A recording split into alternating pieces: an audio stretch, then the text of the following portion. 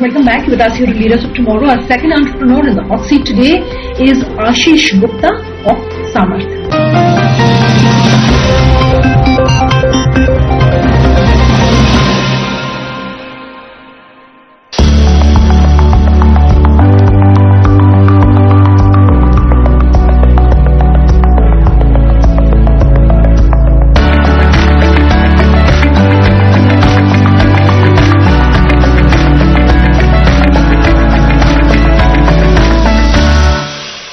Asheesh, just give us the sense of, where the idea for Samarth came about. What is the business rule? If you could describe it in a few sentences for our viewers. So, the idea of Samarth is, at least the way all of us who are involved in it feel, is quite simple.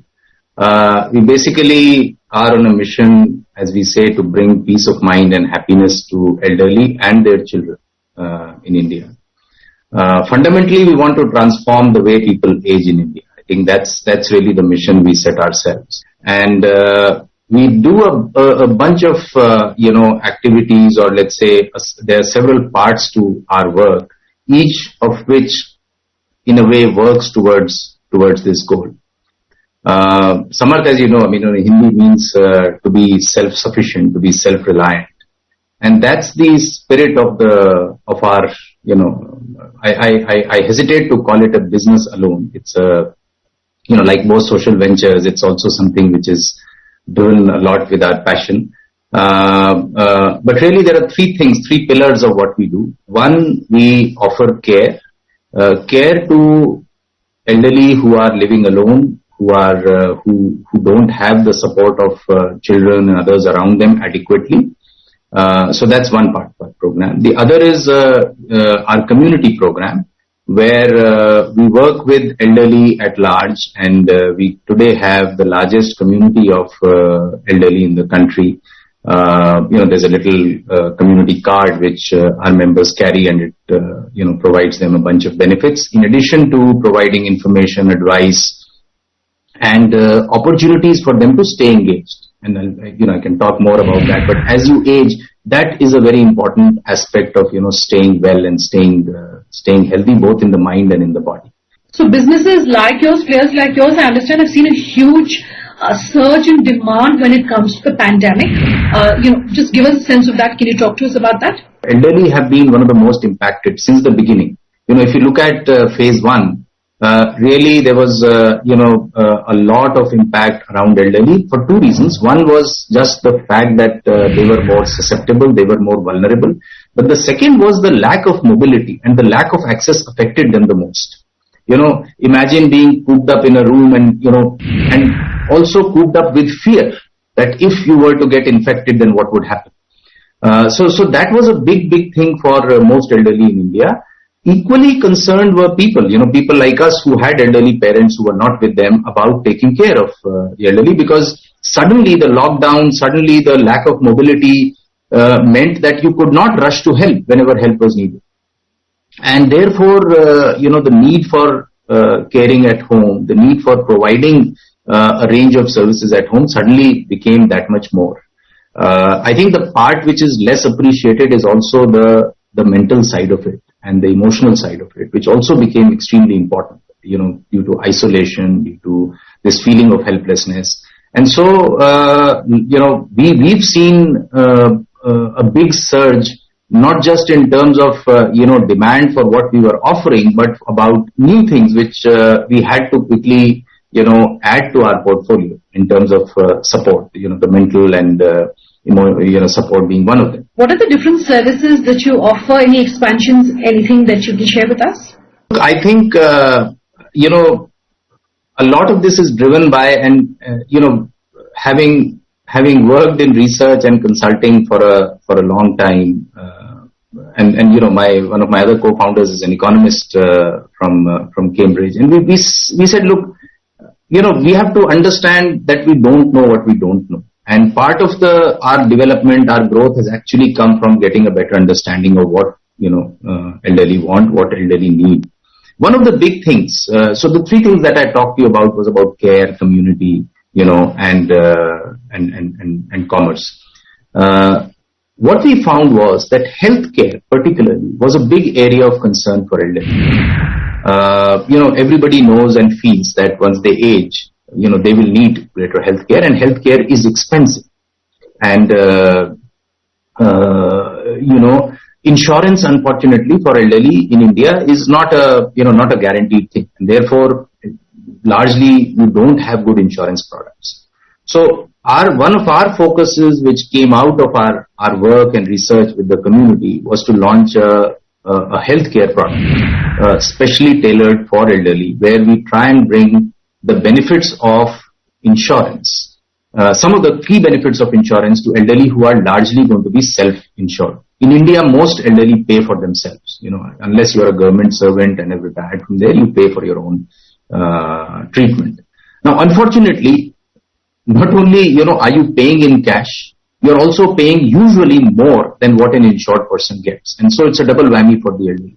And so what we have launched is a healthcare plan, which covers all healthcare expenses of the elderly. Not just hospitalization, but OPDs, diagnostics, radiology tests, pathology tests, physiotherapy, dental, eye care, home health, whatever you can think of. We do this through about 9,500 partner hospitals, clinics, and providers across the country. And we are able to provide, insurance-like negotiated prices, rates, discounts to our members in the plan. And very importantly, also able to provide them, some of the services that a third-party administrator provides, like the ability to check their bills, whether, they are being overcharged, the ability to get second opinions, the ability to look at, multiple providers and be able to, find one which meets their need better. So that's a big part, going forward of our plan and growth as far as serving the, elderly on the commercial side is concerned. You are largely self-funded. One, why have you decided to take that route, and what have been the benefits for someone in the business that you are in of that? And any fundraising plans, anything you can talk to us about?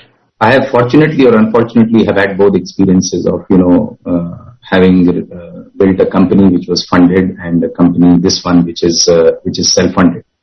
I think it's a matter of stage, and for any entrepreneur, I think it's important to understand, at least, my 2 cents, is to understand, what is it, at what stage you are and how deep do you want to dig to create, the building that you want.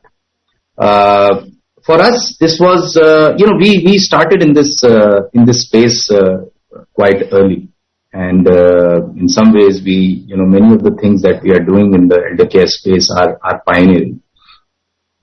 So we had to figure out a lot of things ourselves. There were no models, so to speak, in India that we could, emulate and follow. And many of the models which have existed in the West have not, will not translate exactly, because we have a different social system. We have a different way people think. Eventually things do converge, but right now they are quite different. I mean, people talk about technology, for example. One big learning if you have to serve people in elder care is that you cannot and you should not, again, my 2 cents, lead with technology. So we took a very conscious decision to lead with tech and lead with touch and follow with tech, right? And that I think has worked well for us, because elder care is really about building trust, right? Having worked with investors, VCs, and getting external funding, I understand that there is a certain requirements and rhythm that most investors need to have and go for. I mean, the question there is always, when the next city, when is the next service, when is the next, and I think we wanted to give ourselves time to build the right, architecture to ensure that we have the right ingredients and the right culture to that encourages trust. Are you seeing enough young entrepreneurs entering this space, Asheesh? And if not, what are the challenges that's holding them back? I think there is tremendous potential. I think there's tremendous opportunity of serving this demographic, serving what is called, the longevity economy. But I think people also need to understand that, and probably that is why we are seeing entrepreneurial activity, but I think I would personally like to see a lot more of that. because this market needs more work, this market needs more participation and more development. And entrepreneurs who have a slightly longer term, focus and look at things as they evolve, can find this to be very exciting. It is a tough market. It's a segment which is not, all of us have grandparents, and you can very quickly understand that this is not a segment which is easy to serve, right? Having said that, are there ways, are there models? Yes, you have to be driven about it. You have to be passionate about it, like with most other areas. But because, a lot of this doesn't have precedence, one needs to have the depth and the patience to persist and to persevere. Okay, Asheesh, last question in terms of what FY22 is looking like. So look, I think, right now it's nose to the grind and just go forward. I think our care programs are scaling well. You might know that we are doing that in about 40 odd cities in India, and at one level it makes me proud. On the other level, all of us are continuously thinking, why only 40? What if somebody has a parent in the 100th city and the 110th city, then why are we not there? So I think, making sure that we are able to satisfy this need and support elderly across the country with care is going to be a focus in this year. Asheesh Gupta, thanks so much for your time.